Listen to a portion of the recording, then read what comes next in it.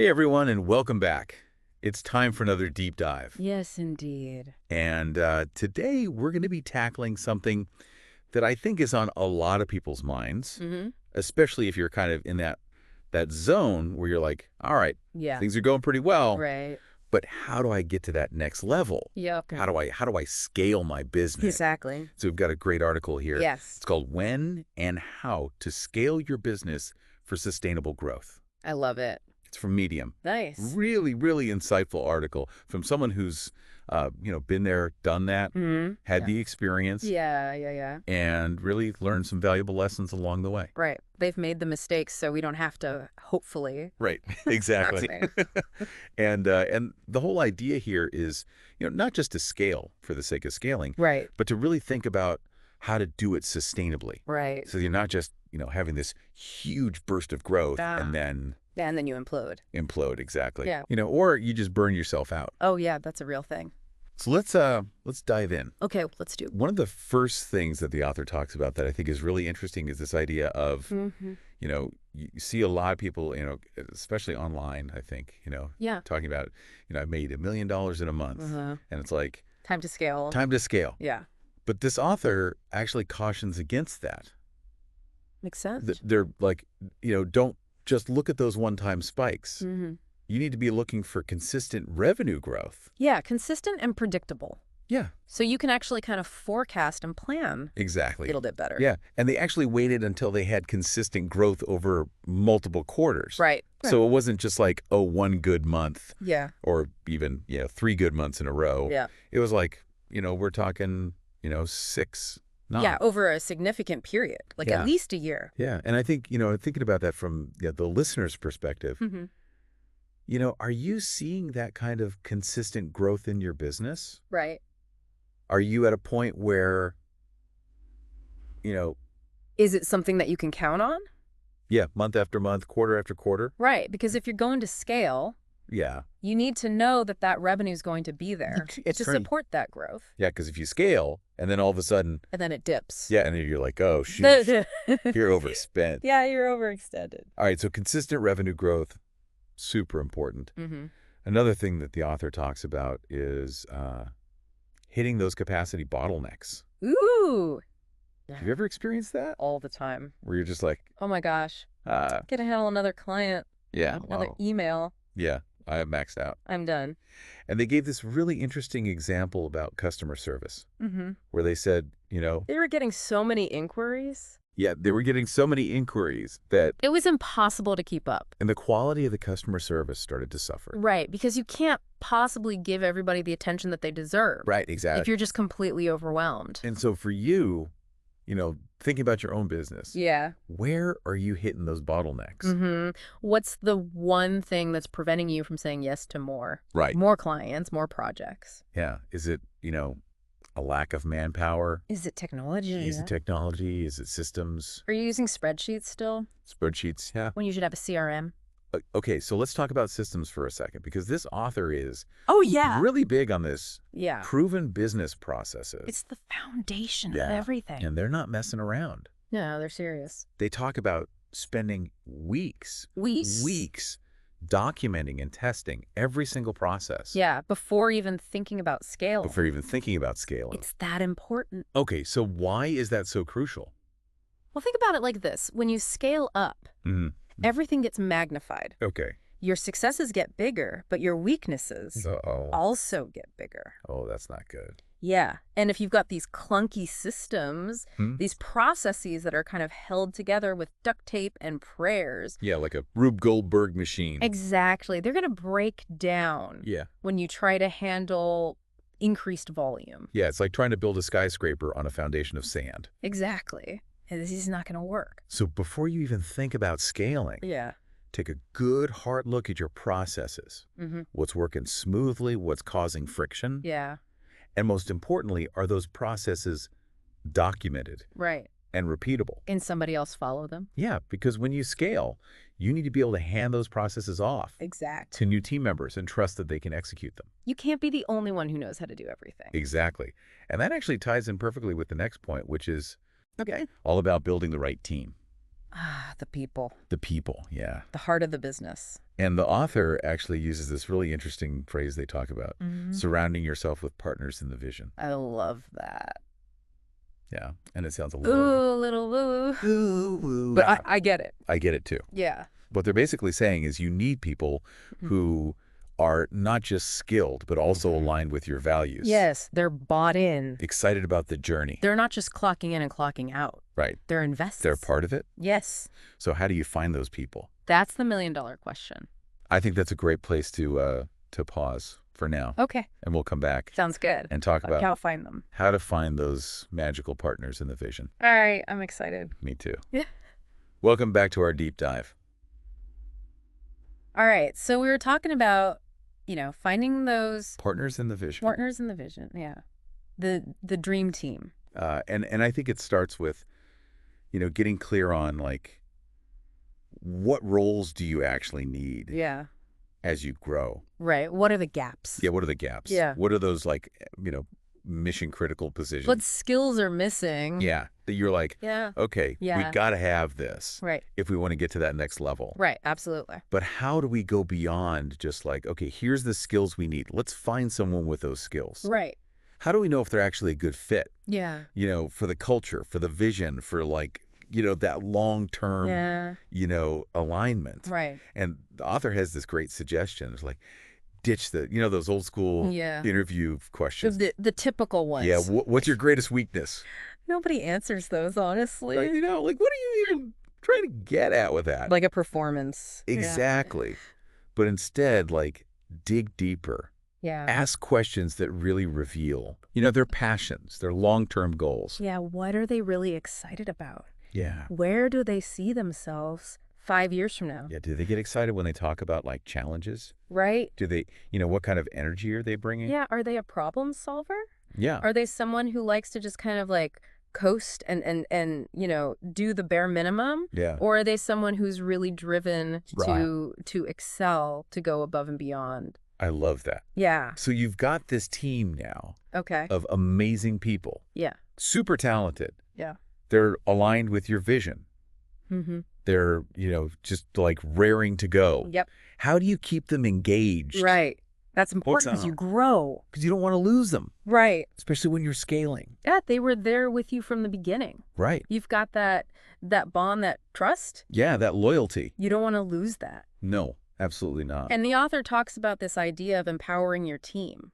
Giving them, leadership opportunities. Delegation, Yeah. giving them ownership. Yeah, like not just to, take stuff off your plate, Right. but to actually help them develop Right. and grow. Develop their skills. Yeah, like almost like, mini CEOs of their departments. Right. Exactly. Okay, so we've talked about people. Let's talk about tech, Oh, okay. because this can feel Ooh, technology. overwhelming. Yes, it can be a little scary. Especially, if you're not like a super techie person. Right. It's like, where do I even start?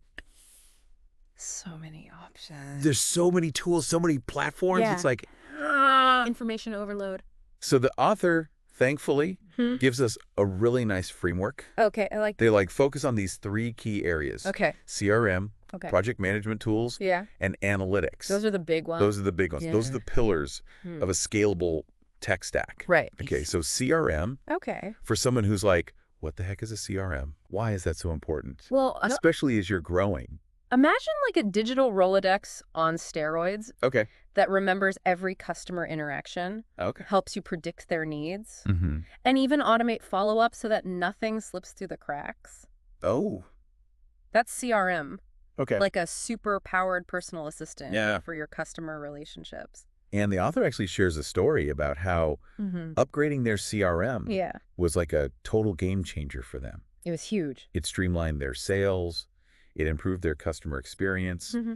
and it freed up their team to focus on more strategic stuff. Right, because it's doing a lot of that heavy lifting for you. Exactly. Yeah. So how do you choose the right CRM? Well, Because there's a lot out there. there are a lot of options. Yeah. It really depends on your specific needs, Okay. your budget, how you manage customer relationships. Okay, so maybe we'll do a whole episode on that. Maybe we could do a deep dive on CRMs. Just CRMs. Mhm. Okay, so project management tools. Okay.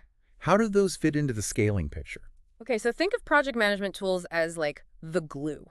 Okay. that holds your growing team together. Okay. Because as you take on more clients, more projects, Yeah. Things can get messy. things can get really chaotic really fast. Yeah. So a good project management tool Mm-hmm. provides that central hub Yeah. for communication, for task assignment, for Yeah. progress tracking. Yeah. It keeps everybody on the same page. Yeah. And it prevents those, Right. wait, who's doing what moments? Exactly. Yeah. No more of those. So it's like a virtual office Mhm. where everyone can kind of like collaborate and stay organized. Even if your team is spread out all over the world. Exactly. Yeah. And there's tons of tools out there. Right.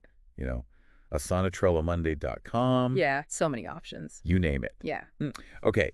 Last but not least, Okay. analytics platforms. Ooh.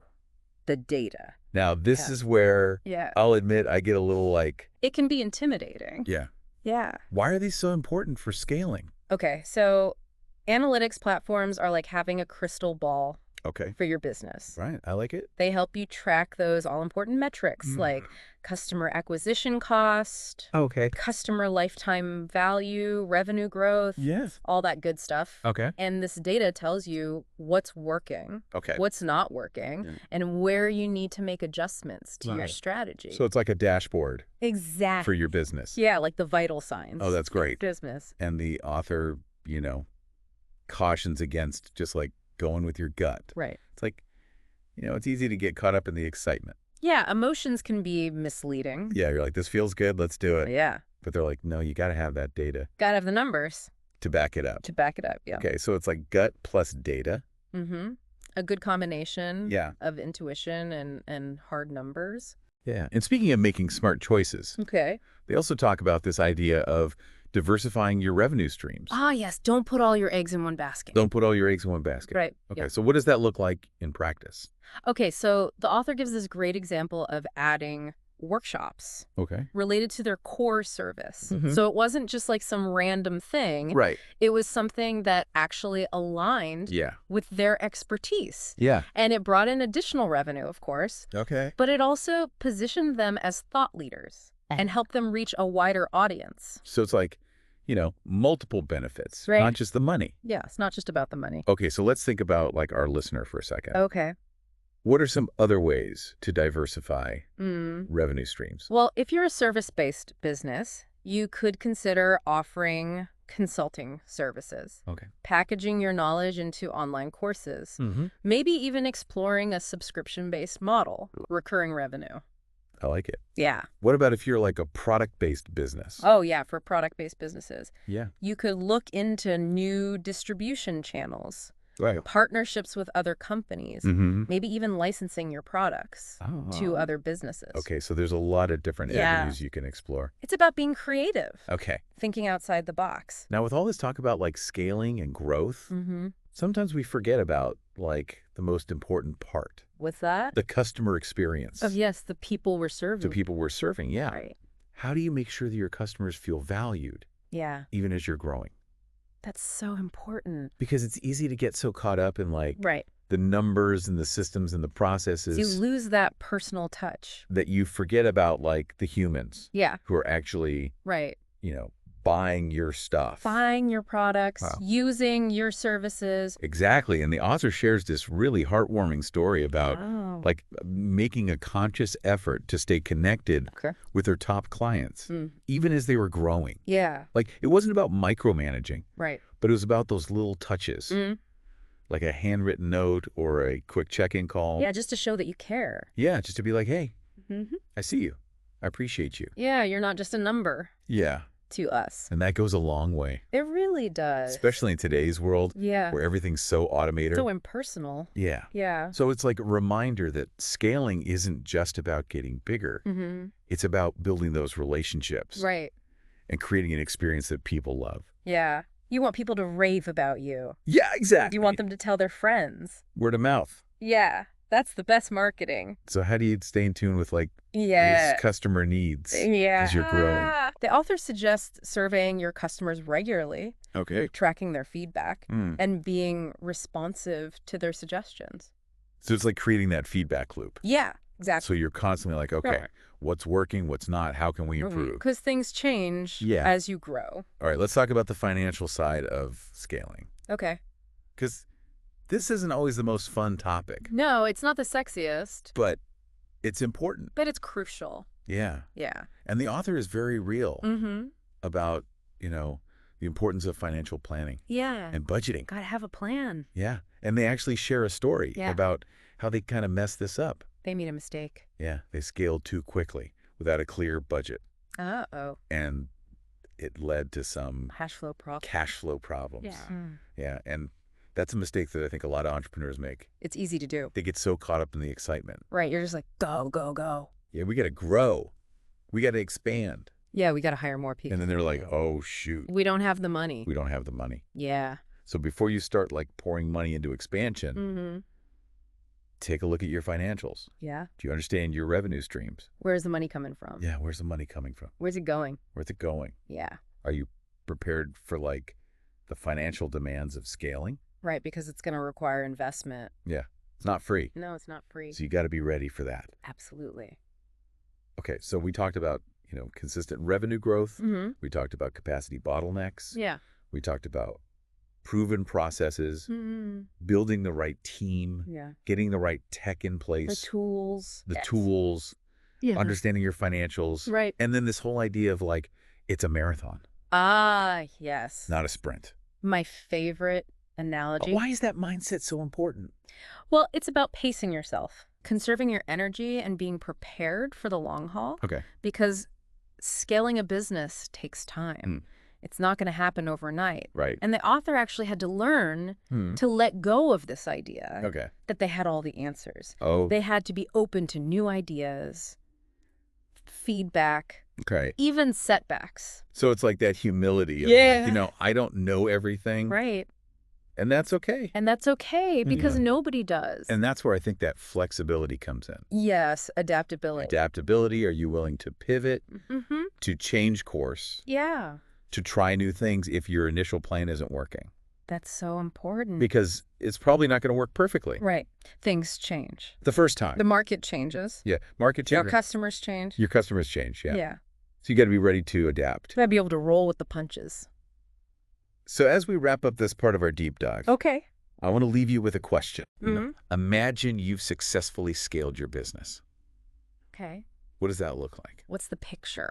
What's the picture? What are those key indicators Mm-hmm. of success for you? Is it a certain revenue number, Yeah. a specific team size, Mm-hmm. or maybe it's just a feeling of fulfillment? Yeah, like you're making an impact. You're making a difference. Yeah, you're like, yes. Yeah. This is what I wanted to create. This is it. This is it. Yeah. So think about that vision Mm-hmm. because it's going to guide you. It's going to keep you motivated. Yeah, it's going to keep you motivated when things get tough. Right, because they will.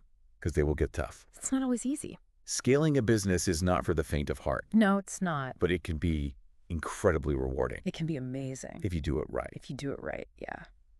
All right, we'll be back in just a minute to wrap things up.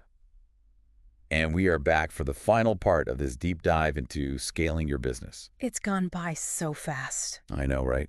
We've covered so much ground. We really have. I feel like we could talk about this for hours. Oh, me too. But we do have to wrap things up. Yeah, unfortunately. But I think we've given our listeners a lot to think about. Oh, absolutely. Like great insights in this article. Yeah, I mean, just to kind of like recap, Yeah. we talked about building that dream team, Mm-hmm.